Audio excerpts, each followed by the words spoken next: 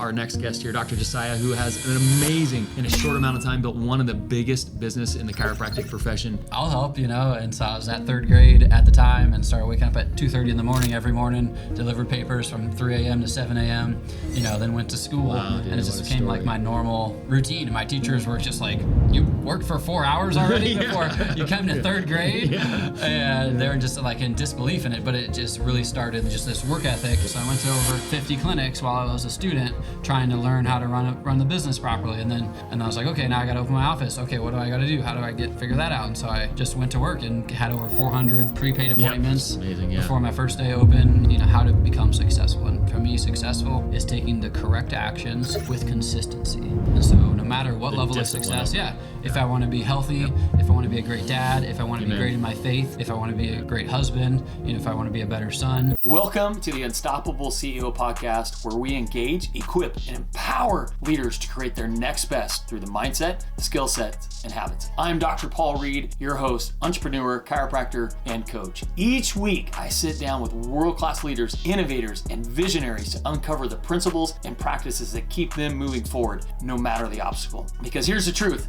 being unstoppable isn't about never falling down. It's about rising up, refocusing, and taking the next bold step. So whether you're here leading a team, scaling a business, or simply pursuing personal growth, you're in the right place. Let's dive in and discover what it takes to become unstoppable. All right, everybody, Dr. Paul Reed, the Unstoppable CEO, where we're engaging, equipping, and empowering you to create your next best. Super blessed and excited to have our next guest here, Dr. Josiah, who has an amazing, in a short amount of time, built one of the biggest business in the chiropractic profession. He, from the little I've gotten to know him the last couple of years, was a hustler when he was going through school. Learned a little bit of grit, it sounds like, from childhood lessons that has translated into him creating a magnificent business, and he's now inspiring other docs to be better stewards of their finances. One thing that all business owners, in my opinion, should be good stewards with their finances. What we've been blessed with, we need to be a good steward of that. And when you are, you're able to not only expand your life, but expand into passions and nonprofits and things that you care about, and that's important to contribute to those other factors. And when we're broke, we not only can't support ourselves, but we can't support things that we care about and other passions we have. So man. So tell the audience a little bit who you are and just a snippet of the background of the success you've had. No, appreciate the introduction. Thanks for having me on here. I mean, so just growing up, I didn't grow up with a whole lot.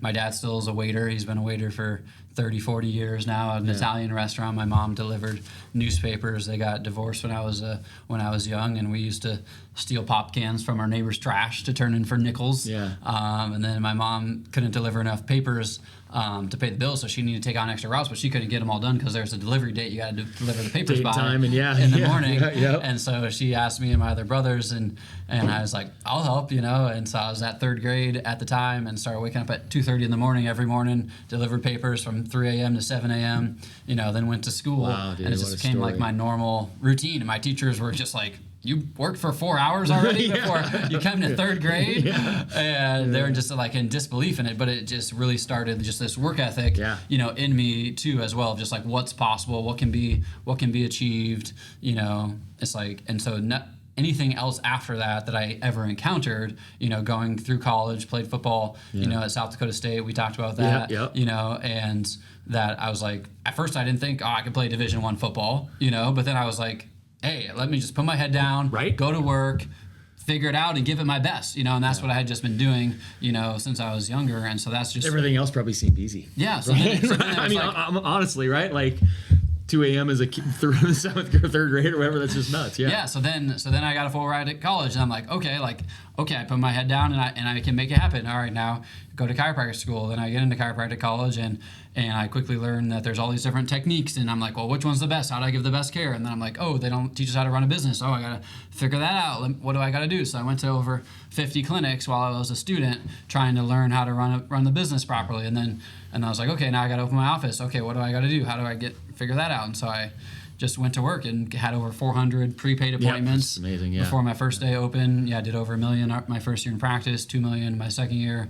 Third year in practice was COVID, and I'm like, man, I got to find all the 2 million what do I do? plus practices that are doing way better than me that I can learn from. And I was like, man, why is there not very many? And I was like, we have the greatest healthcare product in the world. Amen. Right? Yeah. Jesus and chiropractors, the Yep. top miracle Yep. workers in the history of the world. Absolutely. Right? Yeah. It's like, if that's actually true, then how come we're only Broke. seeing a small percentage of the population? How come we don't have successful businesses? Where's the missing link? And that's when I realized, okay, we're not getting our message out to people. We're not running proper, sustainable businesses to have the reach that we know we should have as a chiropractic profession. And so that's when I really dedicated myself.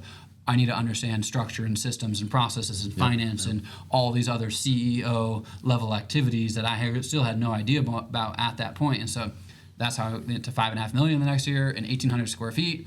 And then, $7 million last year. So It's that's great been job, a journey. man. Yeah. No, it's awesome. So what do you think? Obviously, this is all about, I believe it's mindset first, then skill set, then habits. So what number one mindset thing do you think that you, obviously I kind of have an idea, Yeah. but what do you mentioned a little bit, but what do you think is like one mindset thing that you leveraged to create your success, not only as the third grader, but and it grows and matures, but what do you think is the number one mindset thing that you have to establish? That's a great question, and for me, it's a formula that I kind of created for myself. Is what's how to become successful, and for me, successful is taking the correct actions with consistency.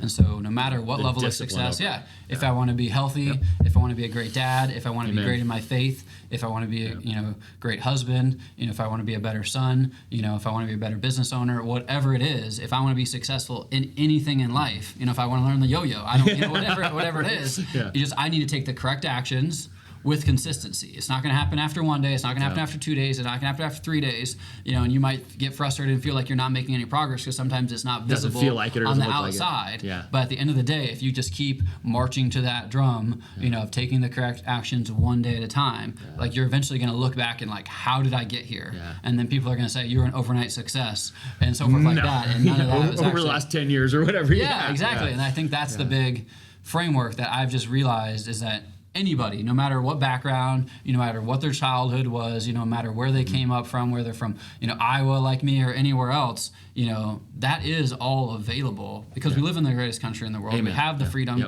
to do these things. Anybody can do anything they want to do if they set their mindset first, and whether it's chiropractic or any other area in life. Yeah, and it's people ask me all the time, what's the secret to success? I'm like, success is actually boring. Like it's doing what you just said. It's getting up and the monotonous of over and over and over until desired state, right? But again, it starts with correct action and then being intelligent enough, and I found removing the ego, like this isn't getting me as fast to where I want to go. And I'm like, hey, seek help like you did. You sought help from others to give you the right skill set, right, to be able to put those actions and implementations in to be able to drive that success. So that's spot on. absolutely. And being humble, that's the big thing I preach to my Pride kids. becomes My kids all the fall, time. right? So, I teach all my kids. Like my son is very confident, which is a very great attribute as well. But sometimes I'm just like, hey, buddy, like you gotta get humble before you wreck it. Yeah, exactly. It's like hey, that's very important. But at the end of the day, it's like you can always learn from anybody. I can walk out of this room and I could talk to anybody, whether they're a chiropractic student, whether they're a person working at Starbucks, and I guarantee they have some insight, some tidbit in many areas of life. Yeah, we've all had experiences that you haven't had or vice versa. That I would learn massive amounts from. And so just having massive curiosity is one of my biggest things that I try and teach my kids as well, is that just having curiosity. And it's like, if someone has a different viewpoint than you, that's like, well, why do they think that? What is their background? What's their history? What's their experience? That's led them to make that decision that you think is a bad decision. They think you're making bad decisions. So having that just understanding and curiosity and looking at things from different perspectives as well, I feel like has really been valuable. And curiosity. So many of us, based on a child experience from a pastor, a teacher, or a coach, we like lock into these like hard things, like it's this way and no other way, when there's lots of ways. And like you said, being humble and curious enough to like, oh, there might be a different way that might shorten that learning curve or might expedite me getting to point B faster. So good job, dude. Yeah. What skill sets, I mean, you just dropped it, but what's like one skill that you could encourage the listeners to do that has helped you drive the success that you've driven the last short period? Hey, Dr. Paul here. If you're enjoying this episode, give us a follow, check us out on social, and see the show notes for more information on how to connect with me. That's a great question.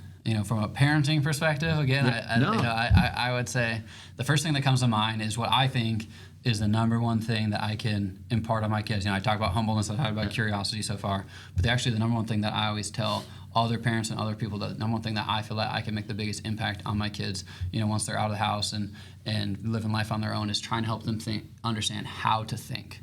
And I think if they have the framework of how to make decisions, then you can make, because the world is not black and white. The world is 99% gray, right? And, every decision you make, is going to lead you one way or the other. And there's lots of decisions that aren't necessarily right or wrong. It's just A or B, left or right, right? And so if you can have the framework of combining your past experience that you have yourself, right? Utilizing other people's experience, having curiosity, being humble, asking questions, reading books, consuming knowledge from other people that have already done great and amazing things, borrow their experience, combine that with your faith, your morals, your convictions, the Bible, and everything that winds in. If you can have that framework, no matter whether you're deciding what to eat for lunch or who you're going to marry, right? Maybe the biggest decision you'll ever make in your life, if you have that framework of how to think, whether it's running a chiropractic clinic and, whether it be marketing or hiring, or there's 1,000 decisions that you could make, but just that framework of what do I know, what do I not know, More importantly. Exactly. Exactly. Who might have the answers, or could give me some insight or clarity to help me make this better decision. Do I need to pray about it? What other guidance do I need to seek, to make this best decision? And then having that frame of mind, so I would say how to think.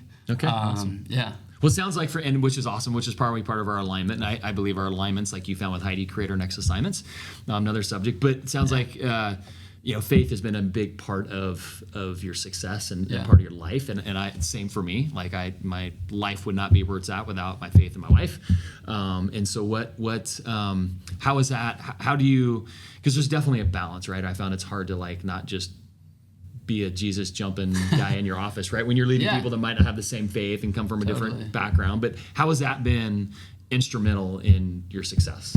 Yeah. No, I think for me, it's just a foundation. It's like whether you want to build a house on solid foundation or sand, like it talks about in the Bible. If you want to, do things, if you can just be confident and clear in who we are, in Christ, then it just gives you that confidence to make those other decisions. You don't have maybe as much of that self-doubt or what the right decisions are, because these are inevitable truths that you can stand lean on, that you can stand on. And I think that's where a lot of it is when you're trying to make decisions. If you don't have solid foundations and you don't have convictions and you don't have beliefs, then you're like a leaf in the wind, and you're going to go with the direction of the crowd, or you're just going to go in other ways. So just having those solid foundations. So that's why I'm really big too, from an organizational standpoint, is like, what are the core values of your company? Like, you need to have principles that you are all alignment. For our company, we have 6 core values.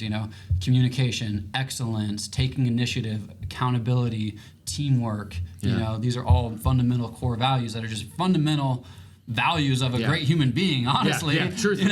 But they also and great allow relationships. They also allow you self-accountability. They also let you to check in with your other teammates and say, hey, Paul, could you explain what you just did? How does that display great excellence? And instead of having to come across as pointing out someone issues, you can reference back to a core value. You can reference back to a principle, that you can all be on the same page with. And it sounds like from that, like Heidi and I with our multiple businesses and one business is scale you have, I was a belief that our culture built our atmosphere / environment, and that's what feeds the business. And so obviously you've done a great job to be able to scale what you've done with creating that great team culture, where they're happy, satisfied, they want to perform for you or perform for the practice. What have you done to, obviously your core values, but how are you pouring into your team to support them in growth? The biggest thing that I like to talk to people about is, you've probably heard is the platinum rule. The golden rule is treat others how you want to be treated. The platinum rule is treat others how they want to be treated. And so really from a team member's perspective, especially in this day's age, is people, are unique, people, want to have an identity in something, and they want to stand for something, and, they have, opinions, and all of those are great, but at the same time, you need to meet people where they're at. Sometimes I think, early on in my career, I was like, well, this is the way it is, and this is how you have to do it, and this is the way that there's no other way around it. And I think that's been a big part of my learning as a leader, is saying, okay, well, this is how I think it should be. Like, I love your feedback. You know, how can you put your own spin or twist on it so that you feel empowered instead of just saying it like I say. You could deliver, you know, the same message in a totally different way that resonates with you, that's going to resonate with that other person, and really understanding those different personality types. And so we have what we call personal, professional, financial goals. So every team member, we know their 1, 3, and 5 year personal, professional, and financial goals. And so what matters to them, not just in the workplace professionally, but also what do they care about personally? Do they want to have kids? Do they want to get values. Do they want to get married? Do they want to pay off debt? Do they want to buy a minivan? You know, do they want to run a marathon? You know, do they want to lose 20 pounds? You know, do they want to, you know, one of them was person wanted to read the Bible every day. Another one, you know, one of my managers wanted to call her grandma every Wednesday, you know, and that was just in her one-on-ones like, hey, how's your calls with your grandma been going? You know, and that deeply mattered to her as an individual, you know, to have somebody that actually cared, not just about, you know. To show up and do a good job at the conference. Yeah. In that personal relationship, we had the same thing, open door policy. You know, I felt like more of a leading them versus bossing them, right? Like it's helping them have some place they can learn from you and lead them and inspire them. So cool. Awesome, brother. Rapid fire, one favorite book. Favorite book.